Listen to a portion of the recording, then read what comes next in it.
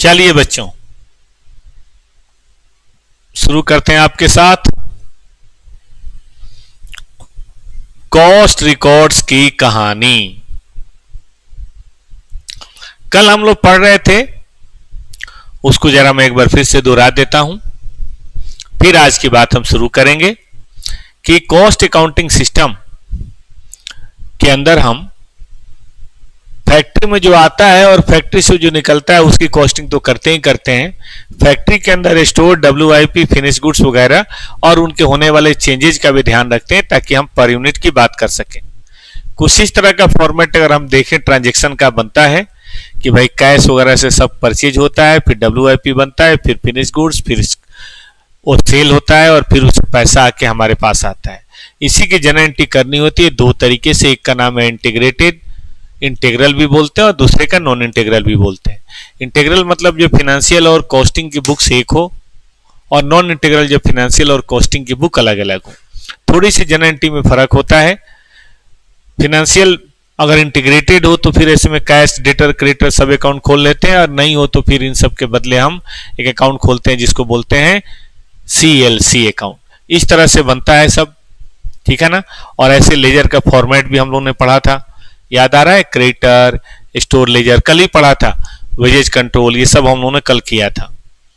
फिर हम लोगों ने यहाँ बात की थी कि भाई देखो दो तरह का हो सकता है, इंटीग्रल और नॉन इंटीग्रल, इंटीग्रेटेड और नॉन इंटीग्रेटेड। इंटीग्रेटेड का मतलब है कि सेपरेट बुक्स ऑफ अकाउंट नहीं है, और नॉन इंटीग्रेटेड का मतलब है सेपरेट बुक्स ऑफ अकाउंट है। किसके लिए? कॉस्टिंग के लिए भी, और किसके लिए? फाइनेंस के लिए। दोनों के लिए सेपरेट बुक्स ऑफ अकाउंट्स है। तो इसको हम नाम देते हैं नॉन इंटीग्रेटेड। नॉन इंटीग्रेटेड में क्या होता है कि वो सारे अकाउंट हम खोलते हैं जिसकी हमें जरूरत है, जैसे कि स्टोर, WIP, फिनिश गुड्स और खर्चे के सारे अकाउंट हम खोलते हैं। लेकिन वो कोई भी अकाउंट नहीं खोलते जो फाइनेंशियल से संबंधित है, जिससे हमें कोई लेना देना नहीं है, वो हम कोई भी अकाउंट ओपन नहीं करते। ठीक बात है। डबल एंट्री सिस्टम पूरा करने के लिए हम कॉस्ट लेजर या जनरल लेजर या नॉमिनल लेजर का सहारा लेते हैं, और वो इस तरह से बनता है कि बाहर से कुछ भी आए तो कैश के बदले, क्रेडिटर के बदले नाम ले लेते हैं हम उसका CLC का।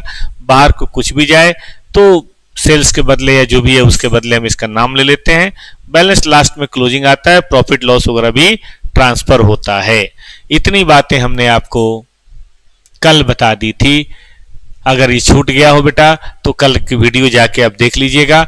एक बढ़िया सा टेलीग्राम, क्या बोलते हैं, टेलीग्राम कह रहा हूं, यूट्यूब पे अगर आप ध्यान दें तो प्ले लिस्ट में जाइए, और आपने देखा होगा एकदम सुंदर सजीला प्ले लिस्ट हमने बना दिया है।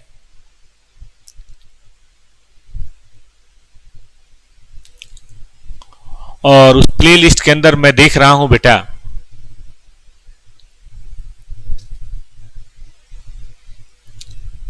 आप भी चाहें तो देख सकते हैं, advance account exam oriented, costing exam oriented, law exam oriented, audit exam oriented, tax exam oriented. 10-10 video इन दोनों की हो गई हैं, आपने देखा होगा। लॉ की 9, ऑडिट की 3 और टैक्स की 3। इसके अलावा जो सितंबर अटेम्प्ट के लिए बैच चालू अगले सितंबर के लिए, उसमें भी अब प्री रिजल्ट बैच, उसका भी हम लोगों ने बना के आपके लिए रख दिया है। बस इसी को देखते रहिए, और कुछ करने की जरूरत बेटा है ही नहीं, नॉट रिक्वायर्ड। ठीक है ना। जनवरी अटेम्प्ट के लिए इतना सफिशियंट है। थोड़ी प्रैक्टिस आपको करनी होगी रेगुलर, वो आप देख लीजिएगा। उसके लिए आप टॉपर्स का रेगुलर क्लासेस सब्सक्राइब कर सकते हैं। सिर्फ 1100 रुपीज में कोई भी क्लास पर क्लास आप ले सकते हैं। चलिए शुरू करते हैं अब इसके बेसिस पे आज की प्रैक्टिस। प्रैक्टिस के लिए हमें चाहिए क्वेश्चन, और क्वेश्चन भी यही दे रखा है।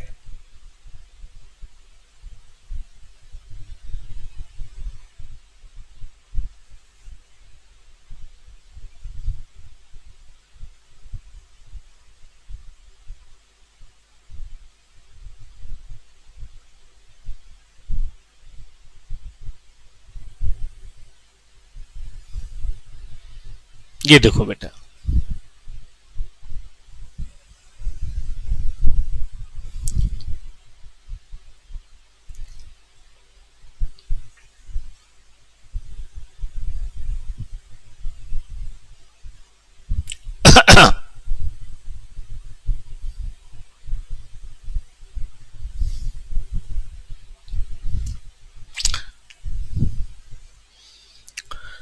ये आपके स्टडी का है, आपके पास भी क्वेश्चन होना चाहिए। T2 है आपके पास, होना चाहिए। स्टडी का है तो आपके पास भी होगा प्यारे बच्चों।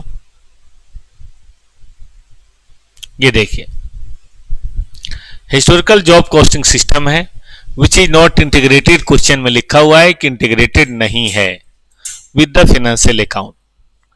Eight the beginning of the month the following balance in cost ledger were: store ledger control, WIP, finish goods, building construction, cost ledger control. During the month, the following transaction took place: material purchased, issued to production, issued to general maintenance, issued to building construction, wages, gross wages paid, indirect wages, building construction, works overhead, actual amount incurred, absorbed in building construction। ध्यान दीजिएगा, नई चीज है, under absorption, royalty paid, selling वगैरह। Month के end में यानी कि क्लोजिंग स्टॉक भी दे रखा है और WIP भी दे रखा है। Loss arising raw material account is treated as factory overhead. The building under construction was completed during the month. Gross profit margin 20% on sale. The relevant control account to record the above transaction in the cost ledger of the company. ठीक है,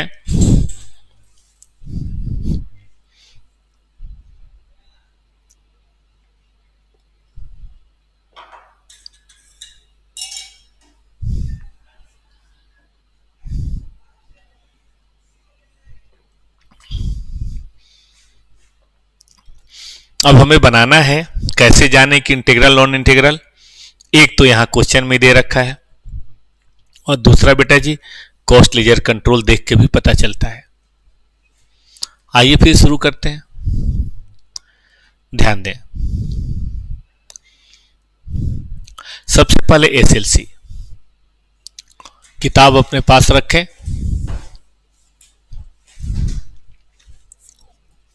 एक बार में एक laser भी बना सकते हैं, एक बार में सभी। मैं एक बार में एक लेजर बनाना प्रीफर करता हूं। स्टडी मटेरियल निकालिए सब लोग, होना चाहिए। देखो नोट्स तो होने चाहिए ना, या स्क्रीन को स्प्लिट कर लीजिए तो भी हो जाएगा। एक में नोट्स खोल लीजिए और एक में ये। एक नई टेंडेंसी मैं देख रहा हूं कि बच्चे सॉफ्ट कॉपी से ही पढ़ लेते हैं, इस चक्कर में बहुत ज्यादा पढ़ लेते हैं। ठीक नहीं है, एग्जाम पॉइंट ऑफ व्यू से अच्छा नहीं है।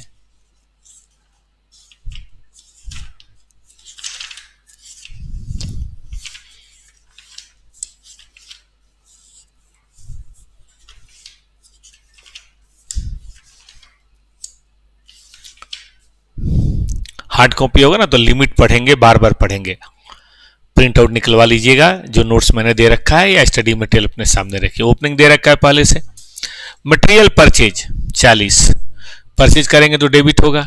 Material issue to production WIP में जाएगा। Issue to general maintain works overhead में जाएगा। इशू टू बिल्डिंग कंस्ट्रक्शन में जाएगा। ठीक है ना। नीचे दे रखा है कि कुछ लॉस एराइज होगा, उसके बारे में मुझे पता नहीं, वो फैक्ट्री में जाएगा। और क्लोजिंग है ये, तो बेटा ये बैलेंसिंग फिगर हो गया।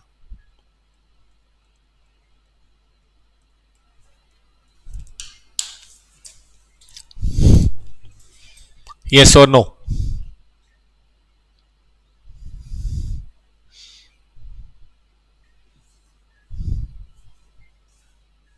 हो गया बैलेंसिंग फिगर।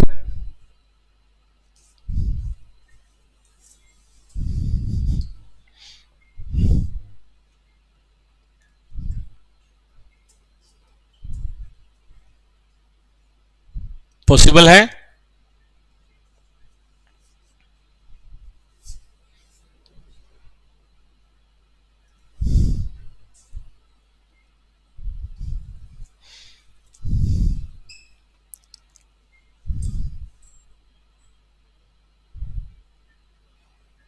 चलें आगे।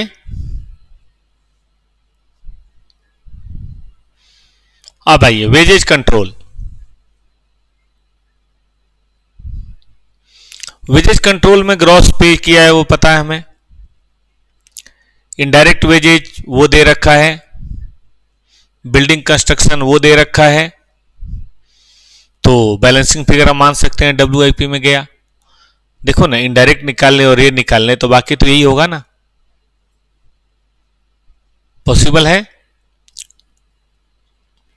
वर्क्स ओवरहेड, ओपनिंग दे रखा है, वर्क्स ओवरहेड एक्चुअल अमाउंट हमने एक्सपेंड किया 160, स्टोर से आया था आपको याद होगा 6, इनडायरेक्ट 40 वेजेस से आया था ये भी आपको याद होगा, और 5 स्टोर से और आया था नॉर्मल लॉस।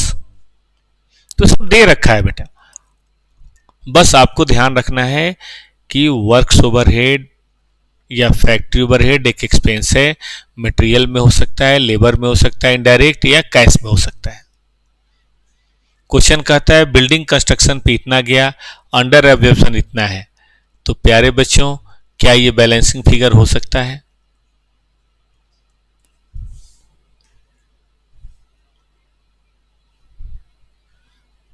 हो सकता है बैलेंसिंग फिगर?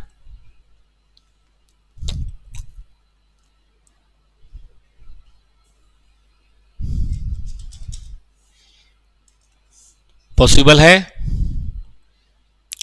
आगे बढ़िए। रॉयल्टी पेड, भाई खर्चे करेंगे हम, royalty account DR to cash, cash के बदले CLC और फिर WIP। पॉसिबल है? Work in progress control, opening balance, store ledger control हमें दे रखा था, वेजेज कंट्रोल हमने निकाला था, वर्क्स ओवरहेड हमने निकाला था, रॉयल्टी हमने निकाला था, क्लोजिंग WIP हमें दे रखा है, तो क्या बेटा ये बैलेंसिंग फिगर हो सकता है?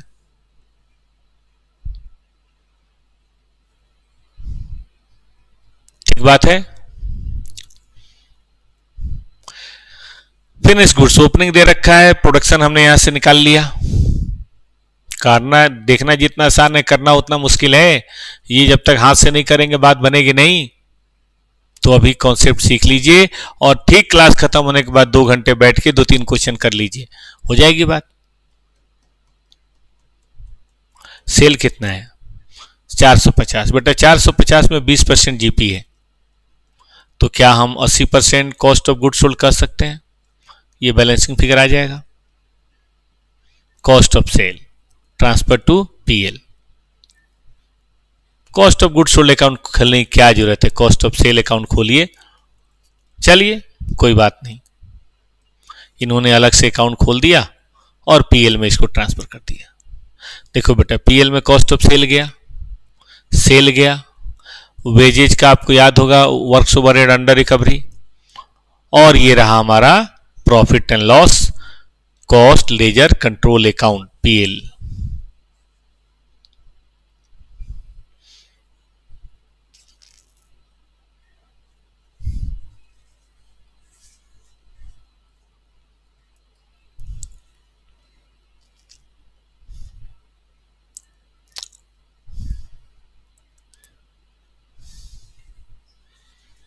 क्या ये ठीक है?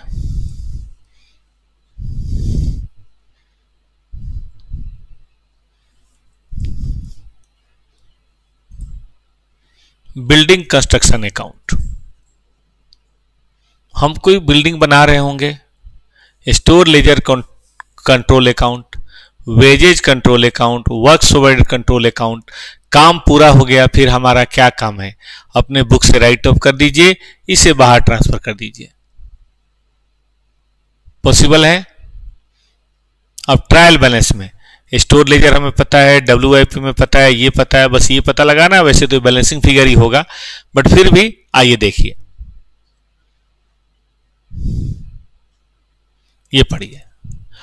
ओपनिंग मटेरियल परचेज किया, वेजेज पे किया, वर्क्स ओवरहेड कैश में पे किया, रॉयल्टी कैश में पे किया, एडमिनिस्ट्रेशन सेलिंग कैश में पे किया, सेल्स किया, बाहर वालों को बिल्डिंग कंस्ट्रक्शन दिया, और ये प्रॉफिट आया, तो यह बैलेंसिंग फिगर नहीं निकल जाएगा? ठीक है ना? तो बिल्कुल वही है जो कल हम लोगों ने करा था, बस यहां पे थोड़ा यही ध्यान देना है।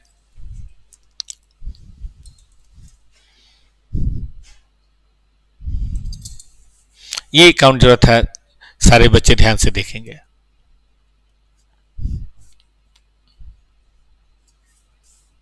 बहुत जल्दी जल्दी खत्म हो जाएगा बेटा, हम नहीं चाहते जल्दी खत्म हो। पूरा अक्टूबर तो हम कॉस्टिंग पढ़ाना चाहते ही हैं, फिर नवंबर पढ़ाएंगे आपको हम एफएम। कॉन्सेप्ट तो बेटा कोई नहीं छोड़ेंगे। प्रैक्टिस हो सकता है थोड़ी हल्की हो, क्योंकि देखो बेटा प्रैक्टिस के लिए ना बहुत टाइम चाहिए होता है। एक एक क्वेश्चन लिख के करने के लिए हम जो रेगुलर बैच कराते हैं, हमें ध्यान है कि 70-80 क्लासेज होती है 2-2 घंटे की, तब जाके बात बनती है। अब उतना तो यहाँ पॉसिबल हो नहीं पाएगा बेटा, इतना टाइम की तो कमी रहेगी, है ना। एक कॉस्टिंग भी करना, एफएम भी, तो कॉन्सेप्ट मैं करा देता हूँ, इस तरह से प्रैक्टिस मैं करा देता हूँ। आप क्लास खत्म होते ही लग जाइए, क्योंकि देखो टीचर के करने से तो आप पास करेंगे नहीं ना बेटा। टीचर का काम है रास्ता दिखाना। मैं बता रहा हूँ ना, 100% कॉन्सेप्ट मेरी तरफ से, कुछ भी नहीं छोड़ूंगा, पूरी ईमानदारी से बेटा। लेकिन प्रैक्टिस रियाज आपको करना है।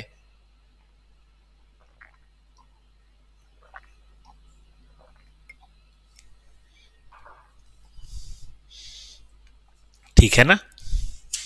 चलो एक क्वेश्चन और कराता हूं।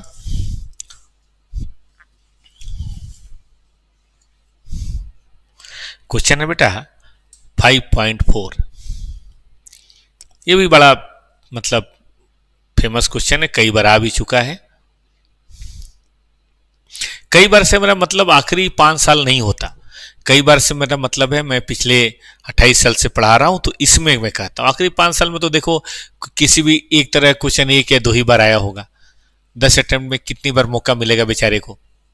लेकिन कई बार का मतलब है पिछले 28 साल से, जब से मैं पढ़ा रहा हूं तब से कई बार आ चुका है।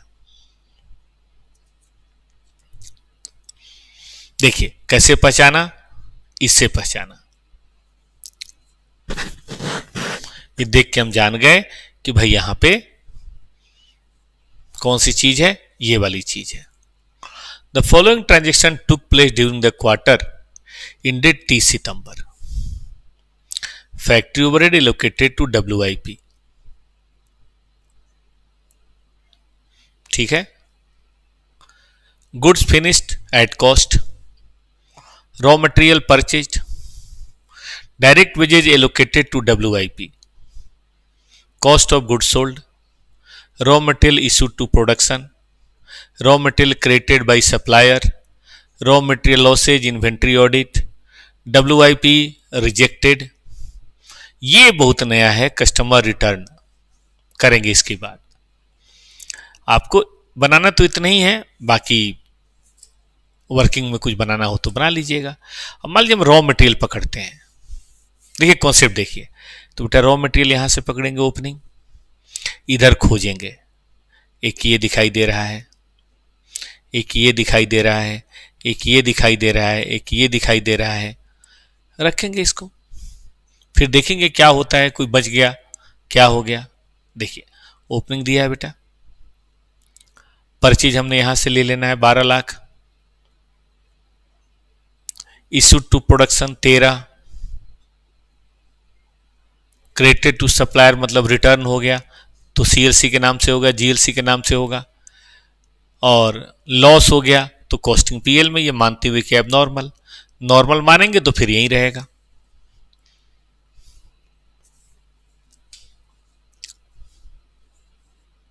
खूब बढ़िया से लगन से देखिए, कॉपी पे बनाएंगे मत, अभी कॉपी पे बनाना का टाइम नहीं मिल पाएगा, लेकिन देखने का टाइम तो बेटा मिलेगा ही ना।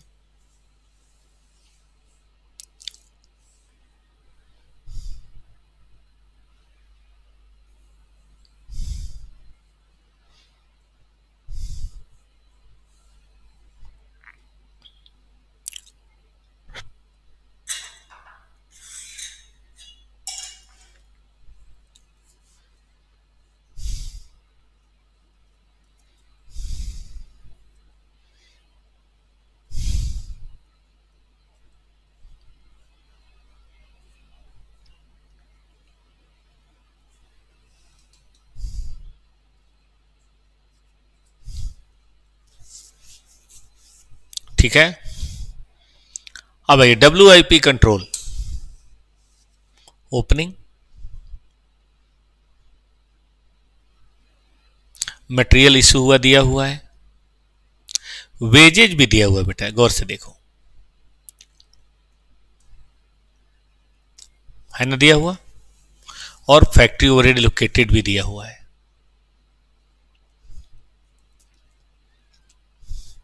माल कितना कंप्लीट हुआ ये भी दिया हुआ है। तो क्या हम बाकी बैलेंस शीट बोल सकते हैं बेटा?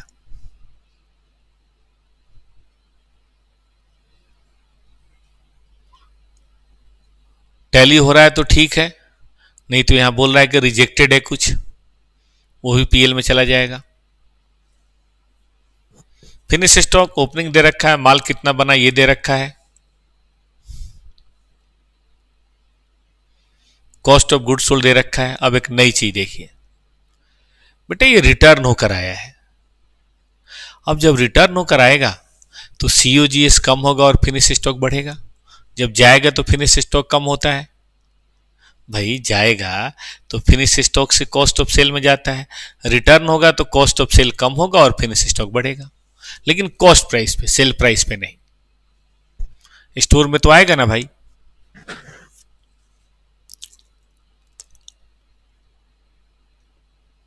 चलो पॉसिबल है। यहां हो गया balance sheet. General ledger adjustment देख लो, इसमें क्या ही है, ओपनिंग है, मटेरियल खरीदा, ये रिटर्न होकर आया था सेल्स रिटर्न, और फैक्ट्री ओवरहेड कंट्रोल था, वेजेज कंट्रोल था, रॉ मटेरियल थोड़ा रिटर्न हुआ था, थोड़ा सेल हुआ था, बाकी बैलेंस शीट। आपको ट्रायल बैलेंस बोले तो क्या ही है, मटेरियल, लेबर, ओवरहेड और ये। तो बेटा इसमें मेरा काम बहुत कम है, इसमें आपका काम ज्यादा है। आज हम रिकॉन्सिलेशन नहीं पढ़ाते, मैंने यही प्रॉमिस किया कि थोड़ा थोड़ा ही बताएंगे, कल हम रिकॉन्सिलेशन कराएंगे। आज आप नॉन इंटीग्रेटेड को अच्छी तरह से कंप्लीट कर लीजिए, फिर कल हम आपको रिकॉन्सिलेशन कराएंगे, ठीक रहेगा ना? 6 क्वेश्चन है 5.1 से लेकर 5.6 तक, बेटा इनको बढ़िया से बनाइए और कल सैटरडे को हम लोग फिर मिलते हैं। तब तक के लिए आज्ञा दीजिए, पढ़ते रहिए, समय देते रहिए बेटा, बनेगी आपकी बात। बेस्ट विशेष।